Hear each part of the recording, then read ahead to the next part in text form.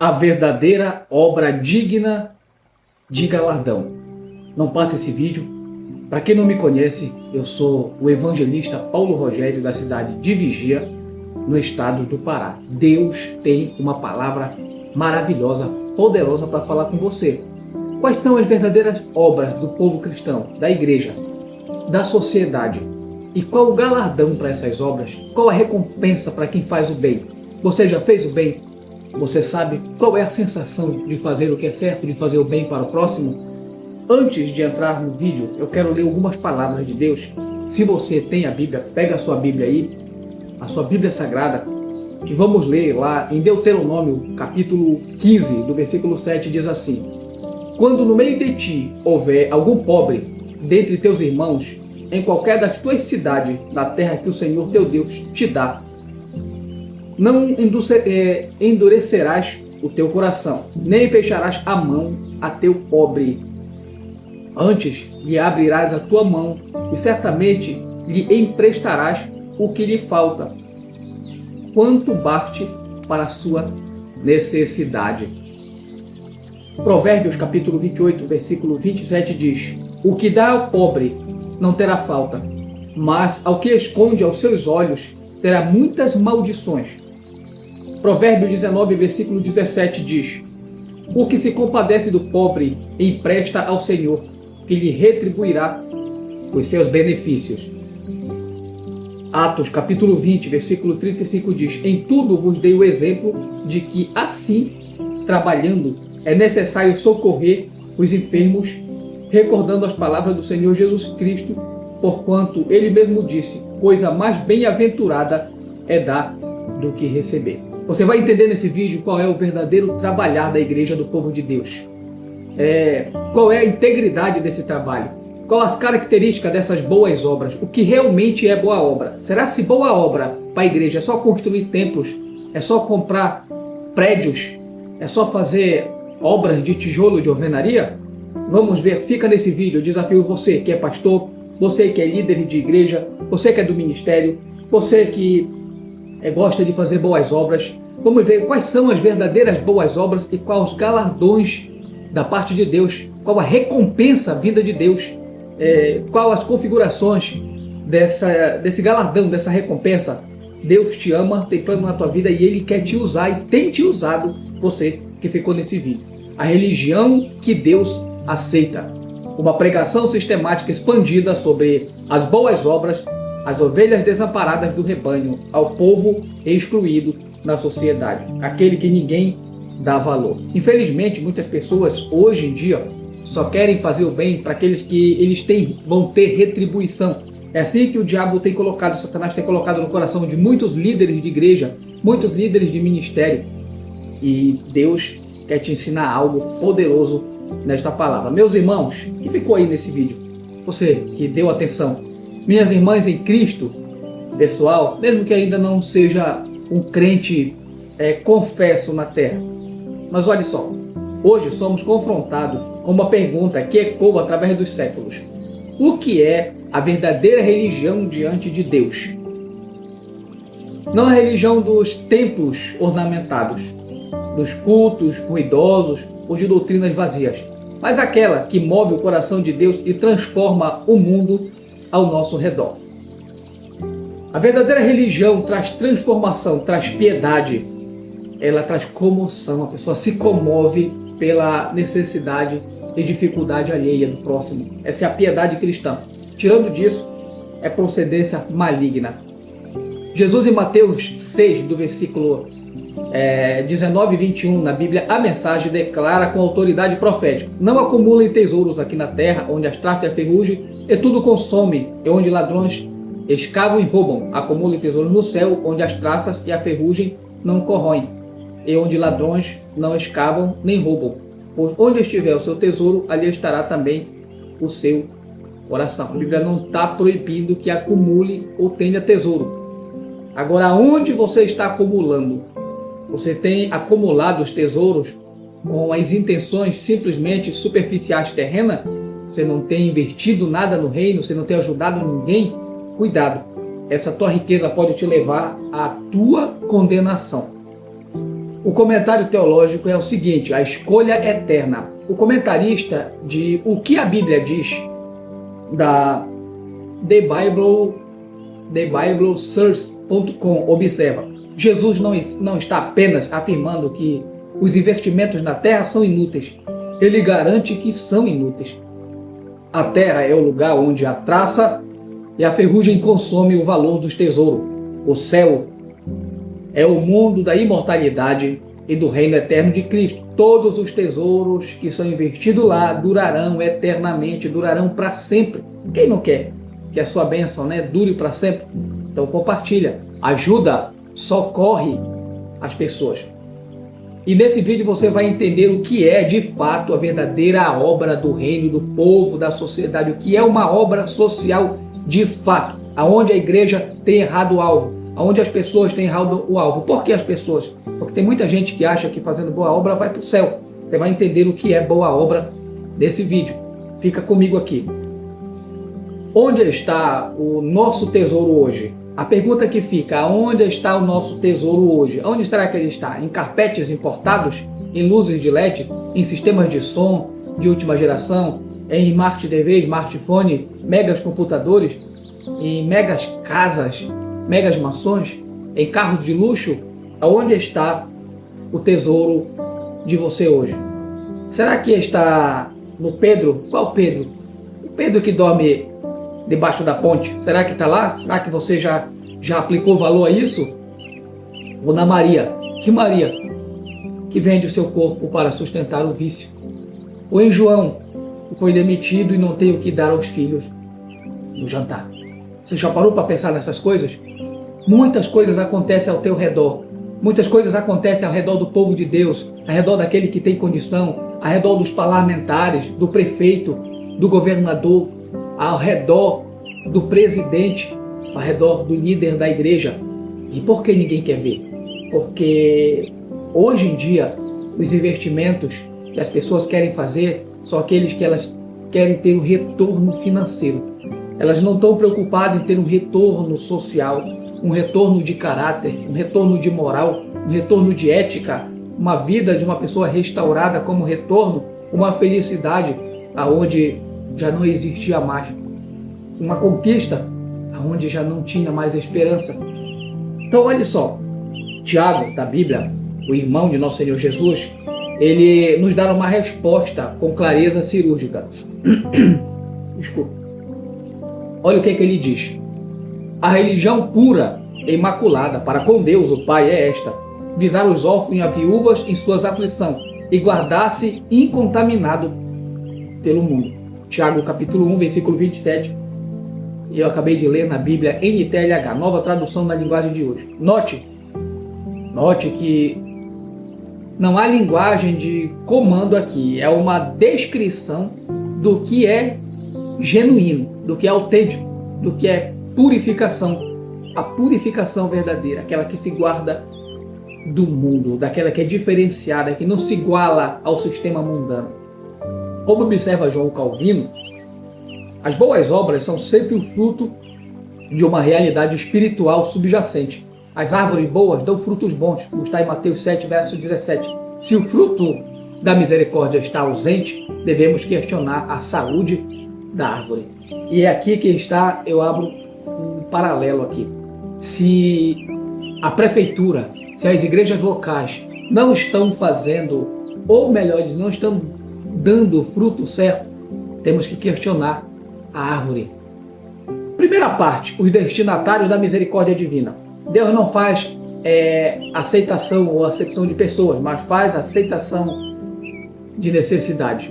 Primeiro ponto, os órfãos e as viúvas, os vulneráveis clássicos e contemporâneos.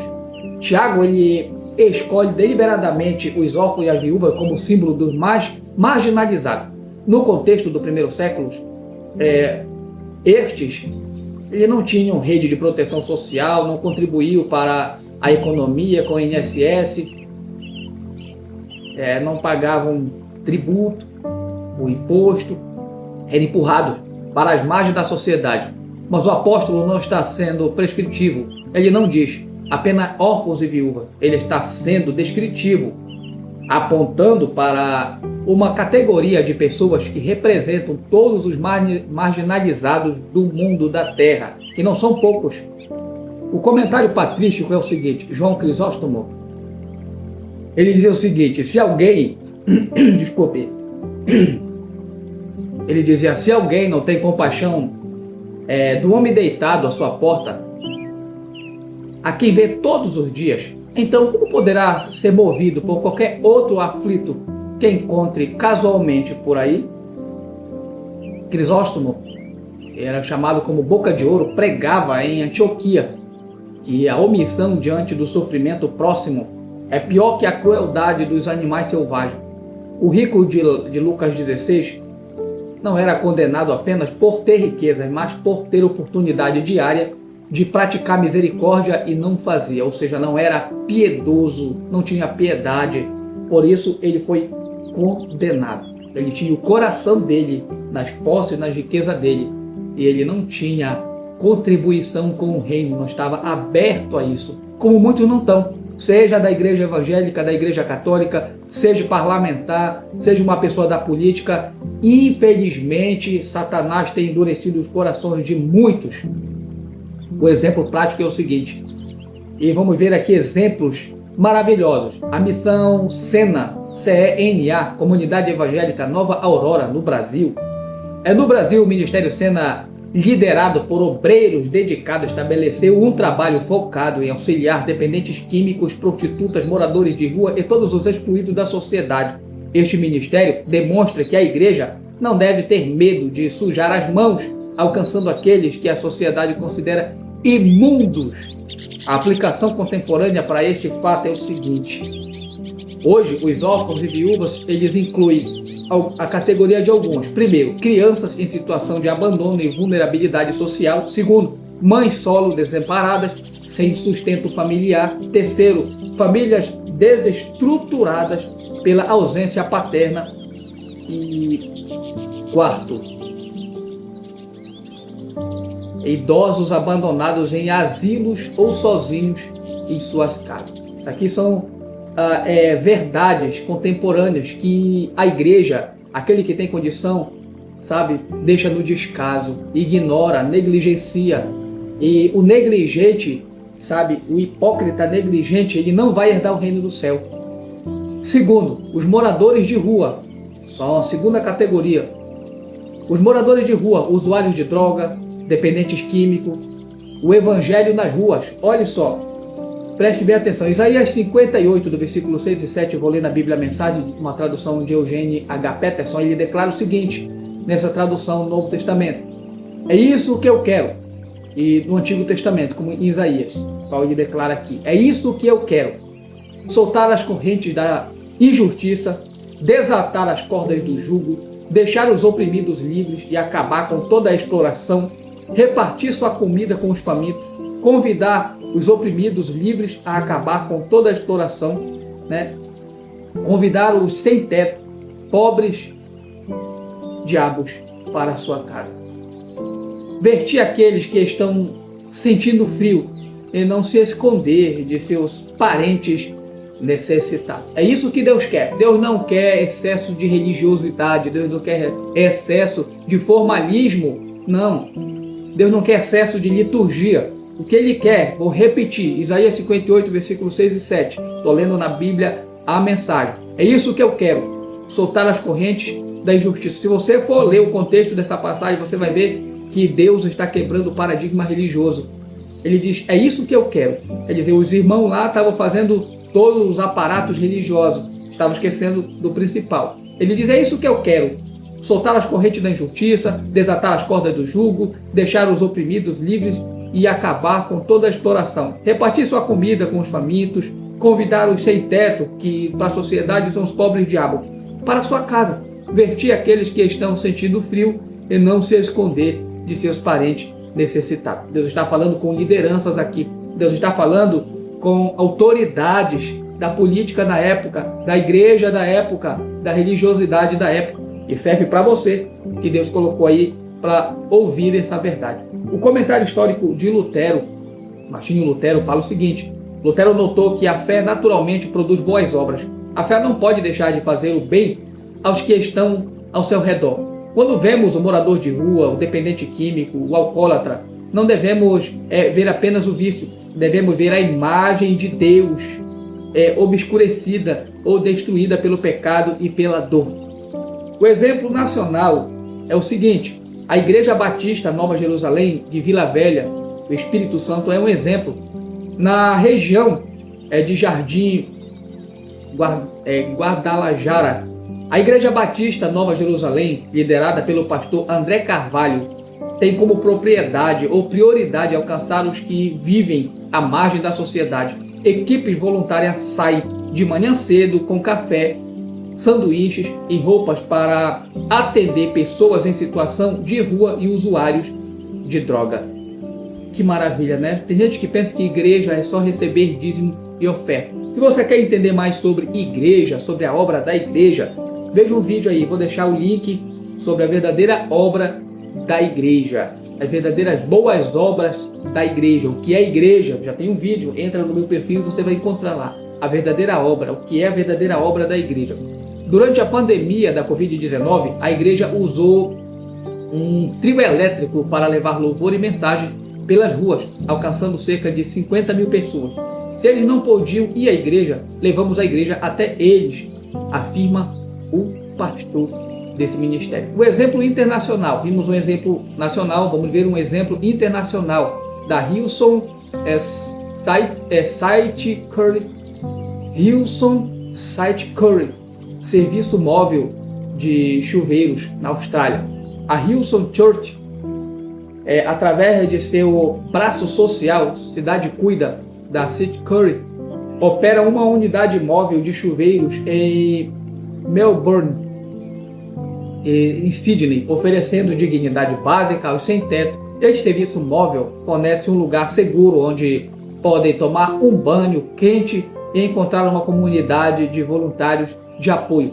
Desde o lançamento em julho de 2016, a demanda aumentou tanto que o serviço passou a ser oferecido quinzenalmente. Os insights teológicos são o seguinte: Dietrich Bonhoeffer, em Discipulado, ensina que as obras da misericórdia incluem pobreza, peregrinação, mansidão, pacificação e, finalmente, perseguição e rejeição. Todas as formas de carregar a cruz de Jesus. A igreja deve ser hospital para os doentes, não museu para os santos, nem vitrine para os vaidosos. Terceiro foco das boas obras: prostituta, excluídos sociais e os impuros. O amor sem fronteira. Verdade, Jesus foi acusado de ser amigo de publicanos e pecadores. Está lá em Mateus 11, verso 19. A religião pura não tem medo de contaminação social. Ela vai onde a dor está mais concentrada. Ela não fica presa a quatro paredes, fazendo malabarismo para manter a aparência religiosa. Ela tem boas obras e deveria muitos se envergonharem do que estão fazendo. Sabe, estão numa igreja mega luxuosa. Cria vergonha na cara que você de fato não tem boas obras. Você prega bonito, canta bonito, se enfeita bonito, melhor vestido, melhor paletó, melhor terno, enquanto as pessoas e aqueles que têm necessidade estão à míngua, estão se perdendo, estão morrendo, perecendo no leito do hospital, numa prisão, numa cadeia, e você não faz nada. Quer aparecer, quer mídia, quer status, quer dinheiro, cria vergonha na cara, porque o Satanás está te arrastando para o abismo e não é para outro lugar que você está indo, não. Abra os teus olhos. Terceiro ponto: prostitutas, excluídos sociais, impuros. O comentário medieval de Agostinho de Hipona é o seguinte: Agostinho, ele ensinava que a igreja ela deve imitar o bom samaritano que não perguntou sobre a fé do ferido, mas simplesmente curou suas feridas. A misericórdia, ela precede a conversão. O amor prático abre o coração para o amor divino. O exemplo nacional: a Assembleia de Deus no Jardim Elede, São Paulo. O pastor Igor Andrade Alves lidera um trabalho missionário que une evangelismo e ação social. A igreja realiza cultos em praças visitas a lares, orações por enfermos e distribuição de roupas e alimento com o apoio de um caminhão adaptado para eventos públicos. Nossa missão, ela começa aqui. Redobre a sua atenção. A nossa missão, ela começa aqui. Se não cuidamos dos que estão ao nosso redor, perdemos a chance de cumprir nosso propósito, diz o pastor Igor. Ele destaca o impacto das ações em famílias endividadas, jovens vulneráveis e pessoas com doenças emocionais. Quarto ponto: os desempregados e sem tetos e as famílias em crise econômica. São o quarto foco das boas obras. Fé em tempos de escassez. E essa aqui é uma das principais boas obras que devemos estar atento e ativo. Isaías 58, versículo 7 ordena: compartilhe seu pão com quem tem fome, dê abrigo aos pobres, desabrigados, vista quem precisa de roupa e não se esconda dos seus parentes que precisam de ajuda. Leia lá Isaías 58, do versículo 7. Estou lendo aqui na tradução NTLH, nova tradução na linguagem de hoje. O comentário clássico sobre este ponto é o seguinte: Mateus Henrique fala o seguinte: não basta dar o que já está sobrando, mas quebrar o pão especialmente para eles. Dar pães inteiros, não apenas migalhas. A crise financeira, como muitos sabem, né? A crise financeira ela não é desculpa para omitirmos a caridade. Na verdade, é exatamente em tempos de crise que a autenticidade da nossa fé ela é testada. Deus não aceita jejum religioso acompanhado de negligência para com os empregados e os necessitados. Está lá em Isaías 58, do versículo 13 e 4. O exemplo de parceria pública-privada. O acordo do governo federal e igrejas evangélicas de 2023. Em novembro de 2023, o governo federal ele afirmou protocolo de intenções com 27 segmentos de igrejas evangélicas para combater a fome e pobreza. O ministro Wellington Dias reconheceu: as igrejas evangélicas têm uma presença exatamente onde estão parcelas significativas das pessoas mais vulneráveis da sociedade. Lidam no seu dia a dia com pessoas desempregadas, pessoas que passam fome, que querem uma oportunidade, são idosos abandonados, populações de ruas, crianças também abandonadas e etc. O acordo prevê que igrejas capacitem integrantes para servirem de orientadores, direcionando famílias para o Centro de Referência de Assistência Social, que é o CRAS, e programas como Bolsa Família e BPC. Quinto ponto, quinto alvo das boas obras: os obreiros e domésticos da fé, os cuidadores que precisam de cuidado. Paulo instrui: trate bem os obreiros, especialmente os que trabalham no anúncio e no ensino da palavra. Onde ele fala isso? Em 1 Timóteo, capítulo 5, do versículo 17. Eu li aqui na Bíblia NTLH. Os obreiros evangélicos, muitas vezes sobrecarregados e também subremunerados, precisam de, primeiro, o que eles precisam? Também de um pouco de descanso, né? Também de apoio emocional e espiritual. Terceiro, condições dignas de trabalho. E quarto, acesso à saúde e educação para seus filhos. O comentário contemporâneo de J.B. Phillips é o seguinte: em Cartas para Hoje, ele fala, Phillips traduz a preocupação pastoral de Paulo como uma chamada à praticidade cristã. A fé, diz ele, deve ser concreta, visível, palpável na vida dos que servem ao altar. Sexto foco, sexto ponto, sexto alvo das boas obras: os enfermos, os doentes e os que precisam de suporte médico. A cura como missão. Tiago capítulo 5, do versículo 14 e 15, ordena a unção dos enfermos. Mas a religião pura vai além. Ela garante que o enfermo tenha acesso a remédios, tratamentos e cuidados paliativos. Isso pode ver em Tiago capítulo 5, do versículo 14 e 15. O comentário de John Wesley, Em seu sermão sobre visitar os enfermos, Wesley declara que esta é uma obrigação clara para todos os crentes, não apenas para o clero, não apenas para os líderes, para os obreiros de ministério, mas é para todos os membros da igreja, para todos os crentes. Os doentes inclui todos em estado de aflição, seja do corpo ou da mente, sejam bons ou maus, se temem a Deus ou não. Estão doentes e precisam de cura.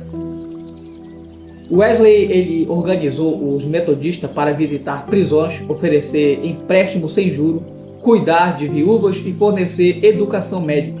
Para ele, as obras de misericórdia eram meios de graça e instrumentos pelos quais Deus santifica o crente.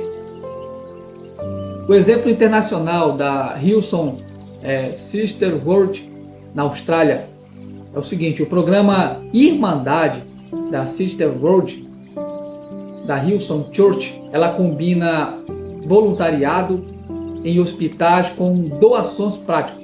Em 2017, doaram 115 quilos de produtos de autocuidado para o Hospital Gorey, no território do Norte, e ofereceram, melhor dizendo, massagens terapêuticas para pais no Hospital Infantil de Westman.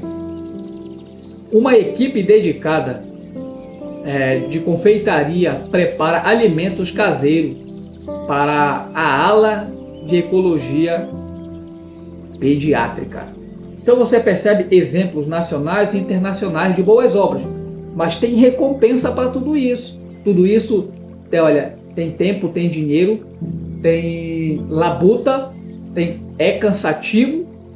Fazer o bem não é fácil, mas tem recompensa, a gente vai chegar lá. 7º ponto: os que precisam de cuidado, de higiene e dignidade básica. Deus nos detalha. Por que Deus nos detalha? Porque quando você vê uma pessoa maltrapilha, uma pessoa que não tem higiene, não tem cuidado consigo mesmo, não se cuida ou não tem condição para se cuidar, ela está perdendo a beleza da imagem de Deus nela. Por isso também é uma área em qual devemos, com as boas obras, dar suporte e socorrer. Então, não é pecado você dar um shampoo, dar um creme, dar um kit de cuidado, de higiene para a pessoa. Você pode ajudar e socorrer uma pessoa até mesmo nessa área. Não é somente roupa, não é somente a comida, o sustento, a sandália, o socorro médico, são muitas coisas. Inclusive aqui esse 7º ponto: os que precisam de cuidados de higiene e dignidade básica. São Deus no detalhe, preservando a imagem de Deus naquela pessoa, ajudando ela a preservar. O cuidado com o cabelo, dentes, unhas, etc. Detalhes que parecem menores, são atos de restauração da imagem de Deus. Quando Jesus lavou os pés dos discípulos, ele demonstrou que nenhum serviço é pequeno demais quando feito com amor e dedicação. O comentário do Didaquê do século I, que é um grande documento dos apóstolos, o Didaquê, manual de instrução cristã primitiva, ensina no capítulo 1 o seguinte: não sejas de mão estendida para receber, mas de mão fechada para dar. Se alguém te pedir em nome do Senhor, dá-lhe, fala o documento Didaquê. A igreja primitiva entendia que a caridade não era opcional, era a marca do discipulado. Um exemplo nacional de boas obras: Madrugada com Carinho, em Itaperuna, no Rio de Janeiro. Uma ação social une representantes de igrejas evangélicas de Itaperuna para o cuidado com moradores em situação de rua, levando pão, café e cuidado de higiene. Este é um exemplo prático, não apenas palavras, mas pão partido e ação genuína. 7º alvo: vítimas de desastres naturais e seus filhos especiais. O amor que não escolhe a quem ama. O amor cristão não faz acepção de pessoas. Aqueles com filho deficiente, necessidades especiais ou que enfrentam catástrofes naturais são ovelhas que precisam de pastores corajosos. Nessas horas não é fácil, mas Deus dá suporte, Deus levanta e usa. E sabe, Deus te chamou para essa obra. Você tem dito, mas qual é a minha obra? Eu não sei cantar, eu não sei pregar. Meu amigo, os ministérios, os dons de Deus para a igreja, o povo da fé, não é só cantar e pregar não, como a igreja está se resumindo nos dias atuais. Também é dar suporte, é socorrer, é ajudar, é abraçar, sabe? É estender a mão, é compartilhar, é repartir. E isso é um dos maiores e mais lindos talentos. O exemplo internacional da Willow Creek Community Church em Illinois, nos Estados Unidos, é um exemplo. O programa Amigos da Willow Friends, oferece um ambiente internacional para amigos com deficiências intelectuais. Um espaço acolhedor na igreja projetado especificamente para suas necessidades únicas, tornando mais propício para aprender sobre Deus e fazer amigos. Eles também, até têm cães terapêuticos no espaço para fornecer conforto amoroso durante cada culto. Esse programa ele inclui, primeiro, serviços especiais para crianças de 4 a 13 anos. Segundo, estudos bíblicos semanais para adolescentes e adultos. Terceiro, equipe de Olimpíadas especiais para atletas com deficiências. E quarto, programa Conexões Criativas, da Creative Connection, de artes terapêuticas. Que lindos exemplos, né? Tem pessoas que acham que igreja na terra é só dízimo e oferta. Meu irmão, não te foca desses charlatões. Procura, pesquisa, você vai ver que Deus tem aqueles que são fiéis na terra, que fazem o certo. Foca neles, tem eles como exemplo, que você vai ver que você vai sair, sabe, desse morro que caiu sobre a tua cabeça, chamado eu até tenho vídeo dele dois vídeos sobre escândalo. O escândalo, quando cai em cima de uma pessoa, ela perde a vontade de estar na igreja, de contribuir na igreja, de ter boa obra na igreja. Veja aí os meus vídeos sobre escândalo na igreja e você vai ver como Deus vai te ensinar algo maravilhoso. O comentário de João Crisóstomo é o seguinte: os cães que lambiam as feridas de Lázaro mostraram mais amor e a humanidade do que o rico, pois limparam e removeram a infecção. Só com os cães a gente já tira uma lição. Se os cães demonstraram tanta compaixão, quanto mais devemos nós, feitos à imagem de Deus. Esse é o nosso dever. Sexto ponto, sexto foco das boas obras. Nono alvo é os idosos e os que precisam de apoio na aposentadoria. Honrar os que nos precederam. 1 Timóteo capítulo 5, do versículo 3 ao 16, trata extensivamente do cuidado com as viúvas idosas. A igreja deve ser a família daqueles que não têm família. Primeiro, nós vimos aí o ponto, nono, vamos para o 10º ponto. 10º alvo das boas obras. Aí você aprendeu com 1, com 2, com 3, com 4, com 5, com 6, com 7, com 8, com 9, agora com 10. 10 pontos principais para as boas obras, para fazer boas obras, para receber a recompensa que vem do alto. Não te foca apenas em bater uma massa, em construir uma parede, em organizar uma cadeira na igreja. Boas obras é muito mais, fala Isaías 58, de que o trabalho, sabe, do tempo. Vai além, está lá fora. A expansão do reino de Deus não se acaba em 4 paredes, está lá fora. Faça boas obras tanto dentro da igreja quanto lá fora. Não seja somente crente zeloso, obreiro na igreja. Seja obreiro no mundo, na terra, pois o mundo é a seara de Deus. O mundo é onde ele semeia. Está lá na parábola. É no mundo que ele semeia. Não é só em 4 paredes, não. Deixa Deus te usar. 10º ponto, refúgios. Refúgios, refugiados, imigrantes e estrangeiros. A hospitalidade bíblica é o 10º ponto, 10º alvo para as boas obras, para se ter de Deus galardão e recompensa. O documento de Aparecida, DAP, afirma: É a expressão da caridade também eclesial, o acompanhamento pastoral por migrantes. A igreja, como mãe, deve sentir-se como igreja sem fronteiras. Igreja familiar, atenta ao fenômeno crescente da mobilidade humana. O exemplo nacional dessa boa obra é o seguinte: a acolhida a haitianos no Rio Grande do Sul. Um grande exemplo. Renel Simon, migrante haitiano, que chegou ao Brasil em 2012, encontrou estabilidade através de uma pequena igreja pentecostal onde se tornou liderança. Para Simon, a participação na comunidade de fé se tornou um fator de ajuda mútua, que foi de fortalecimento das relações, das amizades, de unir forças para enfrentar as dificuldades. Então, esse é um papel importante da igreja. A igreja luterana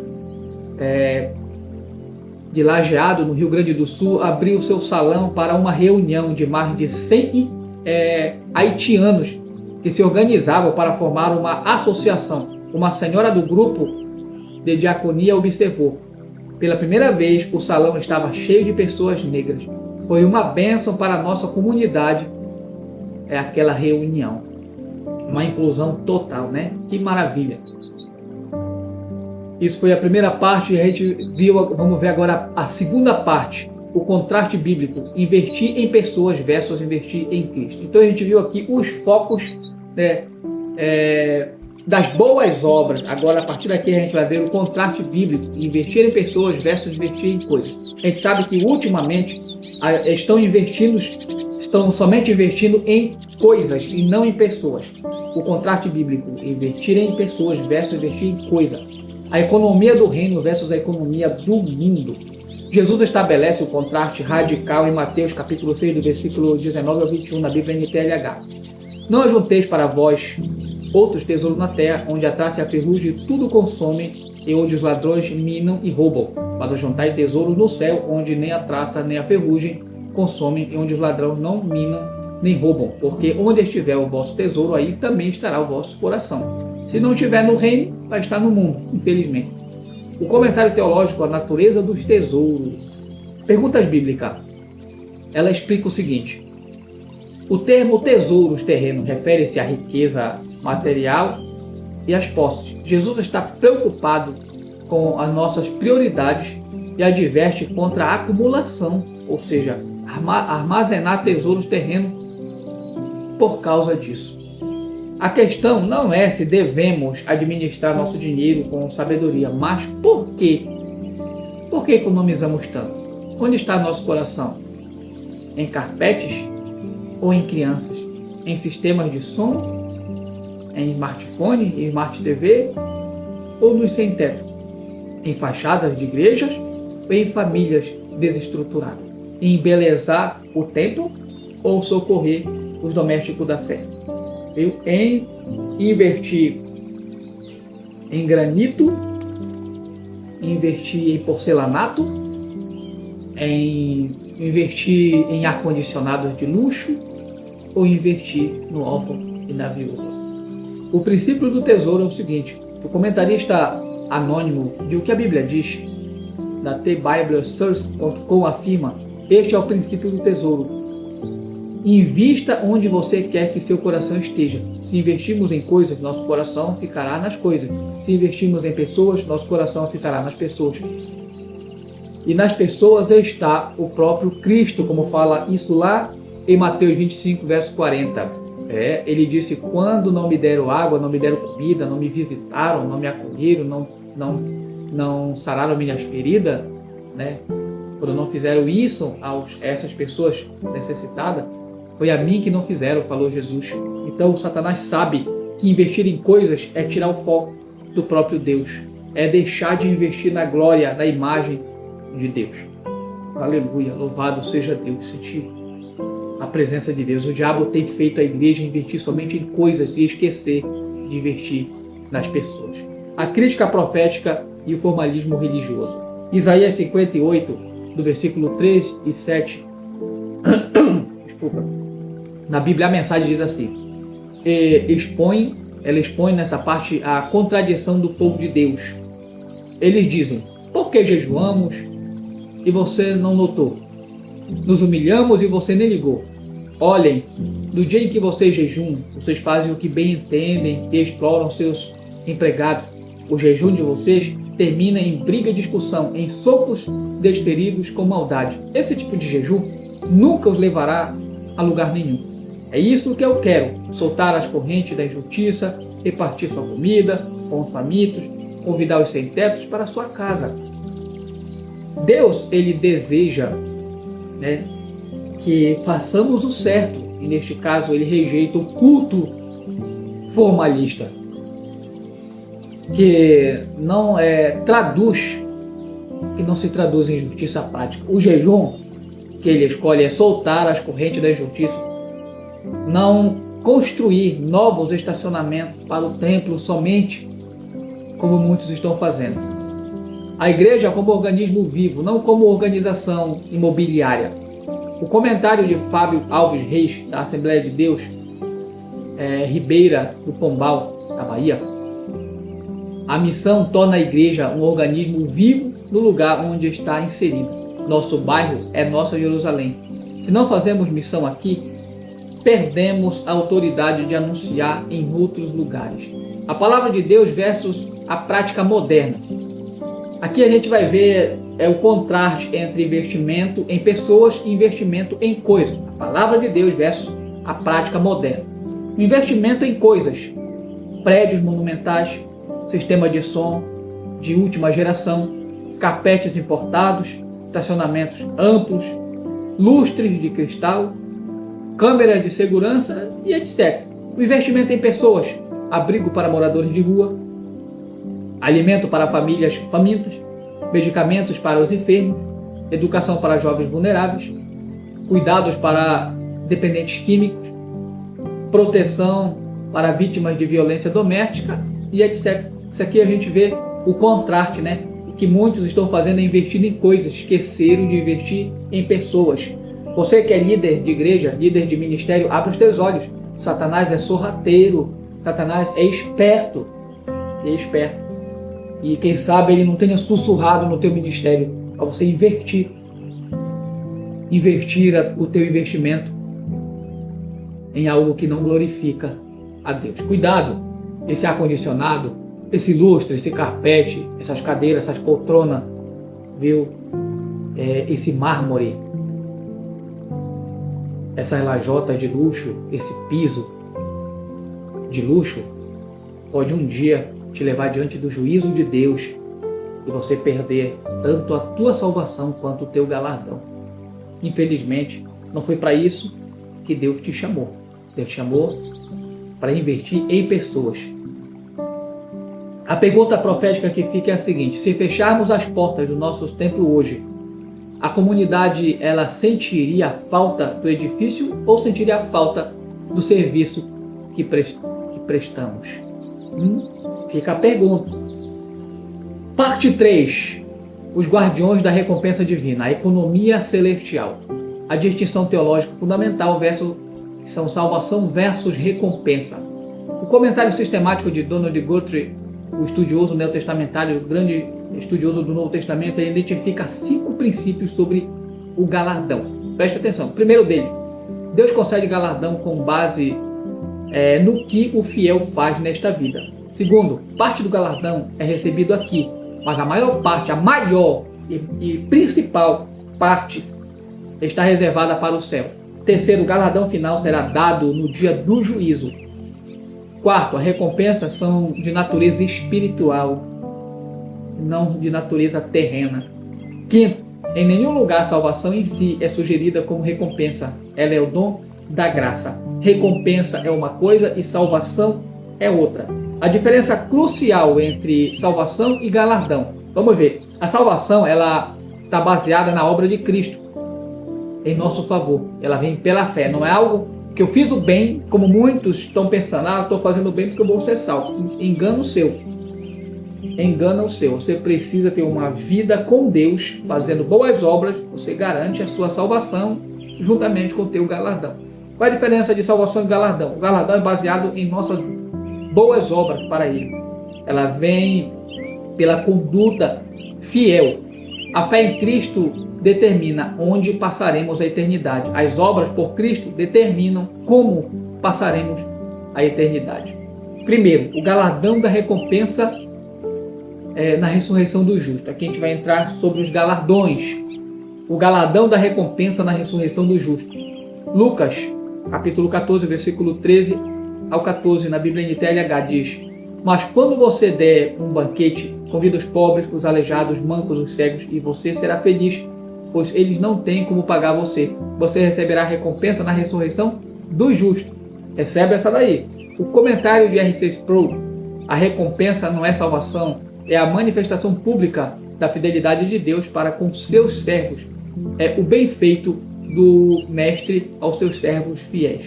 Segundo, o galardão do tesouro no céu.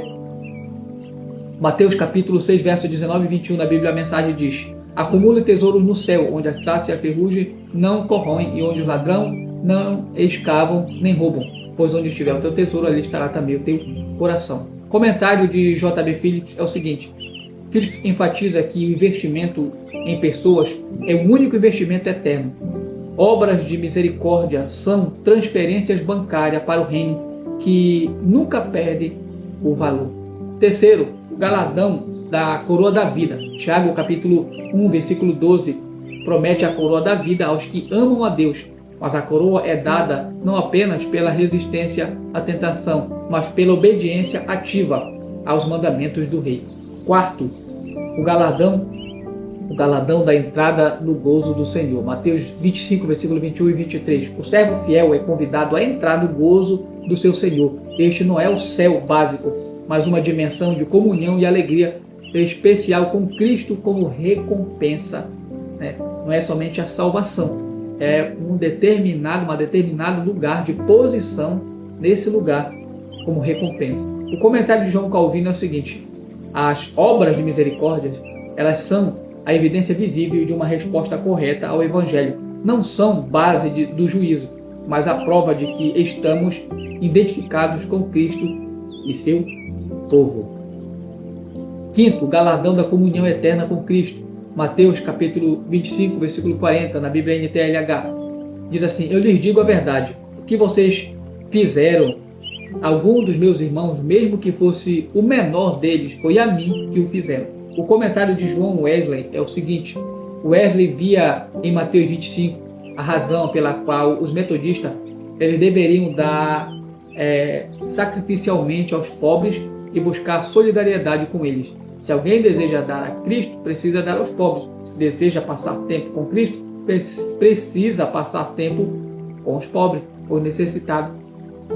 Esta pobreza, ela engloba todos os aspectos da vida de uma pessoa pobre de fato, tanto de espírito, de alma, de posses, como de qualquer outra coisa, sentimentos e etc.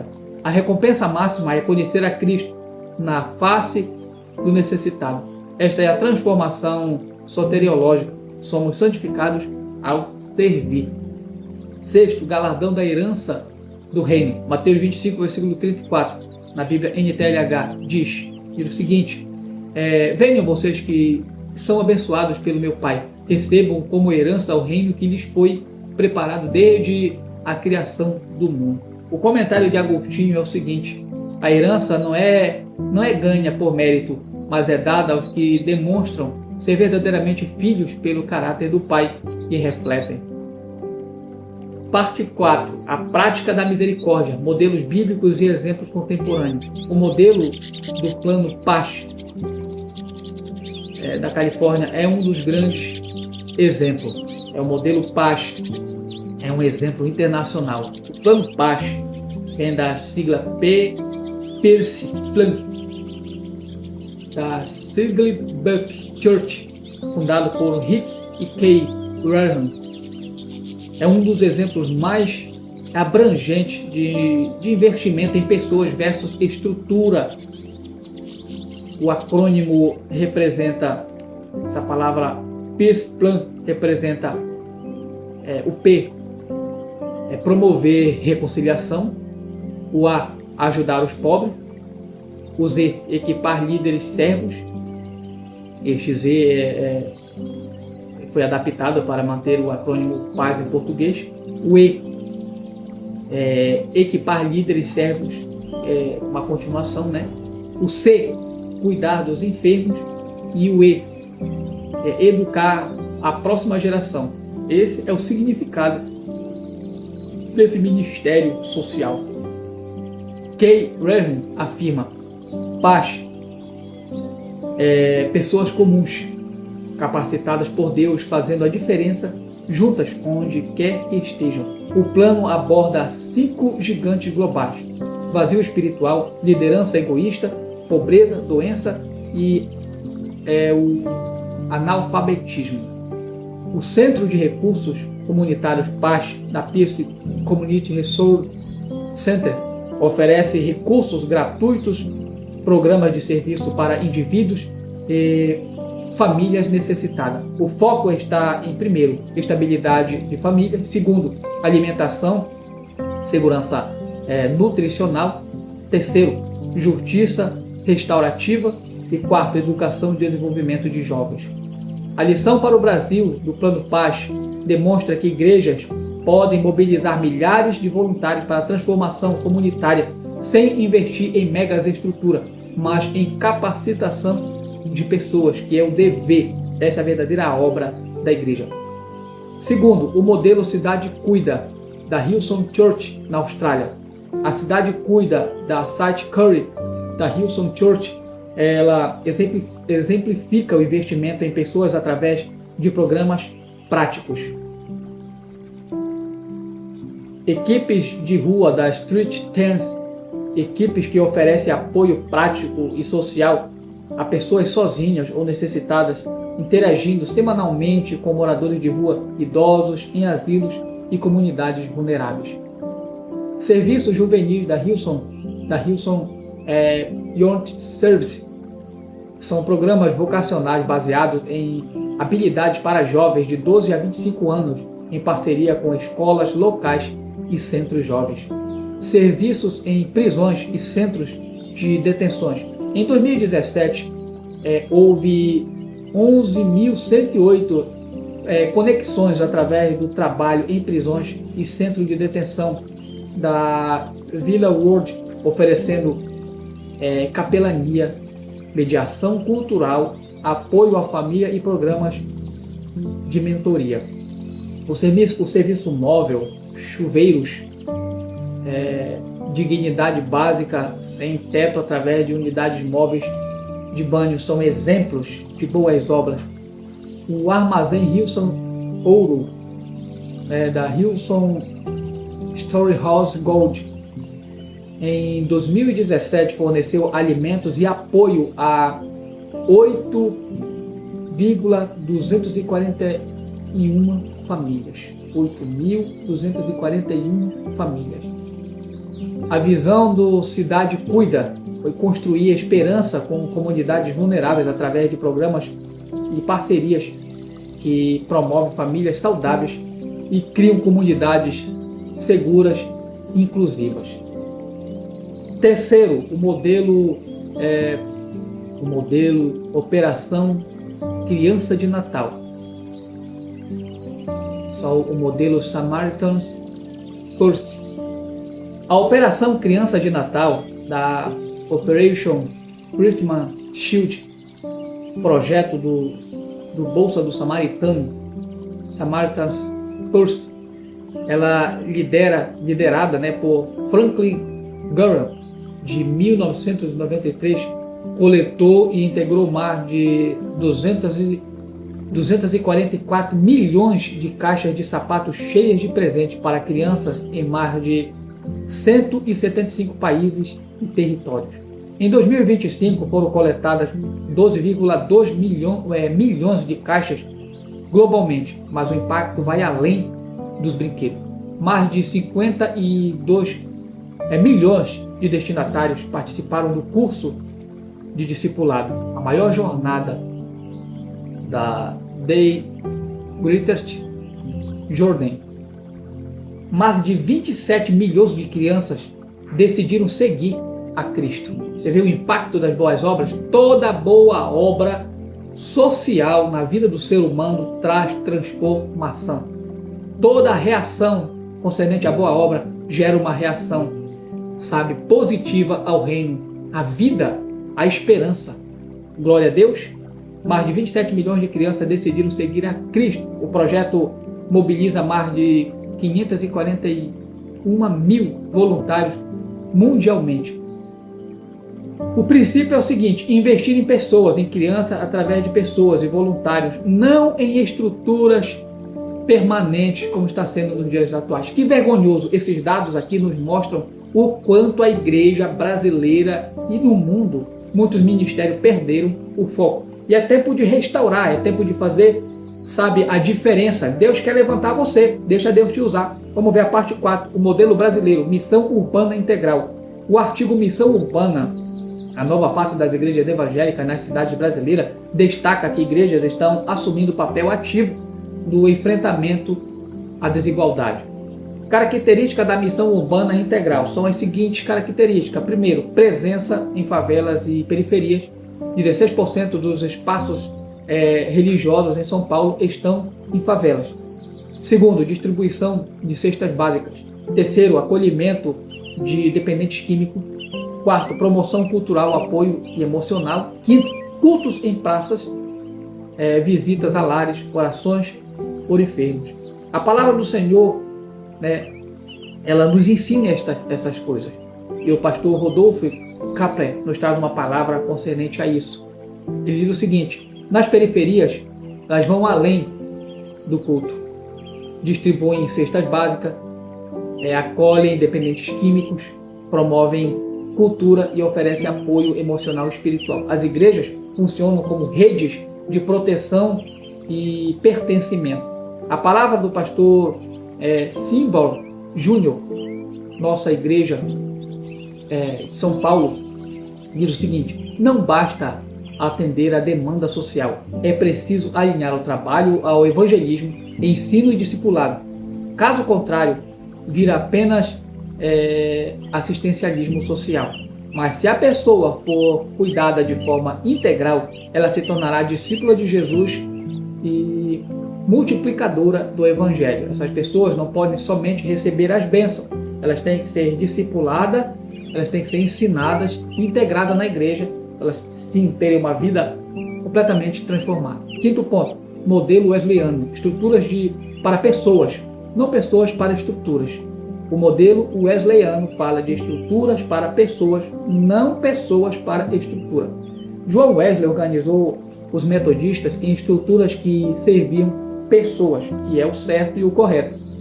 Sociedades seletas, grupos exclusivos para os que buscavam santificação plena, com 3 regras. Olha só, sociedades seletas são grupos exclusivos para os que buscavam santificação plena, com 3 regras. A primeira regra era a seguinte: confidencialidade é a primeira. Confidencialidade. Segunda, submissão ao diretor espiritual. E terceiro, trazer todo o dinheiro extra para o fundo comum semanal para ajudar os pobres. Obras de misericórdias com meios de graça. Wesley ensinava que visitar enfermos, cuidar de viúvas e dar empréstimos sem juros era o meio pelos quais Deus santificava o crente. Parte 4. A igreja local e o poder público. A parceria ou confronto? Romanos capítulo 13, verso 4. E aqui eu quero dedicar essa palavra a você que é do lado da política, é também do lado da igreja. Então, olha só. Romanos capítulo 13, do versículo 4. O governo como ministro de Deus.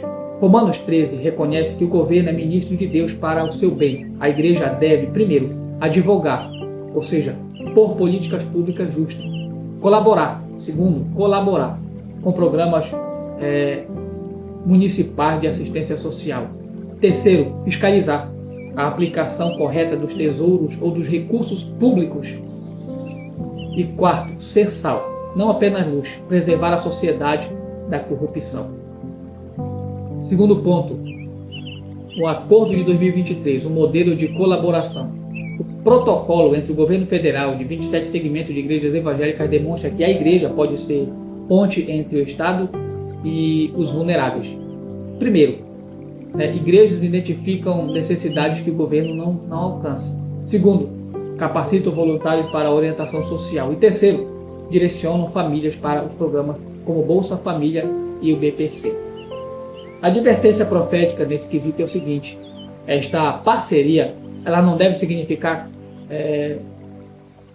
cooptação. A igreja deve manter sua voz profética, denunciando injustiças, mesmo quando colabora com o governo. Terceiro, a crítica ao investimento em estruturas versus pessoas. O problema das catedrais vazias é vergonhoso. Muitas igrejas no Brasil investem milhões em, primeiro, templos imponentes ficam vazios durante a semana. Segundo, sistemas de multimídia que impressionam, mas não alimentam a alma de ninguém. Terceiro, estacionamentos que abrigam carros, mas não abrigam as pessoas sem teto. Enquanto isso, moradores de rua dormem nas portas desses templos, famílias passam fome e a quarteirões de distância dessas megas igrejas. E também, enquanto isso, dependentes químicos morrem sem auxílio espiritual, muito próximo, numa esquina bem perto da igreja. A palavra de Deus contra o consumismo religioso. Agostinho de Hipona pregava: a igreja deve imitar o bom samaritano. O sacerdote e o levita, que passaram ao largo do ferido, passaram longe do ferido, representam a religião formalista, que prioriza o culto do templo sobre a misericórdia na estrada. Está mais focado, pode não perder o culto, mas perde a chance de ajudar alguém. Pois é, não tem como tu cultuar de fato a Deus quando tu abandona aquele que está com a vida destruída. Não adianta, tu pode louvar bonito, pode cantar bonito, pode dirigir bonito a igreja. Se você deixou a pessoa necessitada lá fora, que estava esperando pelo recurso que vinha através de ti, do abraço, do socorro, da ajuda, infelizmente, meu amigo, a tua fé é morta. O samaritano, o herege, o excluído, é quem pratica a verdadeira religião. Para a gente concluir, a transformação que vem do alto, o investimento no que dura para sempre. Irmãos, a religião pura não é um fardo, é uma purificação que liberta. Quando servimos aos mais vulneráveis, não estamos apenas cumprindo um dever, estamos encontrando Cristo. Como disse Wesley, vá ver os pobres, os doentes, em suas pobres casinhas. Tome sua cruz. Jesus foi antes de você e irá com você também novamente. Glória a Deus. O galardão não é apenas uma coroa futura, é a presença de Cristo conosco agora e a alegria de ouvir no grande dia: você foi fiel no pouco, eu o colocarei sobre o muito. Entre no gozo do seu Senhor. O desafio final para você que ficou até aqui nesse vídeo longo, eu sei, às vezes temos que parar para aprender, para entender o que Deus quer nos ensinar. Onde está o seu tesouro hoje? Em coisas que a traça e a ferrugem consomem, ou em pessoas que durarão para a eternidade e são representantes da imagem e semelhança de Deus? A igreja que investe em pessoas descobre que nunca perde seu investimento. A igreja que investe em coisas descobre que tudo fica obsoleto. A igreja que investe em Cristo através dos necessitado descobre que Ele mesmo vem ao seu encontro, até mesmo nas próprias necessidades das pessoas. Que o Espírito Santo nos capacite a sermos igreja que não apenas pregam a verdade, mas são a verdade encarnada na carne daqueles que sofrem. Pois a fé que não produz boas obras pode dificilmente ser chamada de fé. E onde estiver o seu tesouro, ali estará também o seu coração, como está em Mateus 6, versículo 21. Amém? Que esta mensagem traga revolução positiva para o reino, que esta mensagem traga avivamento para os ministérios. E o dever seu que ficou nesse vídeo é de dizer para Deus: usa-me, Senhor, eis-me aqui, usa a mim. Eu quero esta visão, eu quero este renovo, eu quero esse ministério, eu quero ser usado, uma bênção, eu quero fazer a diferença Que Deus abençoe a tua vida. Meu desejo, e eu profetizo isso na tua vida, que Deus faça de você uma bênção. E eu tenho certeza que se você se posicionar, você será diferenciado, será a diferença no Brasil e no mundo. Que Deus abençoe, fique com Deus, compartilha, comenta, deixa o teu like, segue a gente aí, que Deus abençoe. Até a próxima.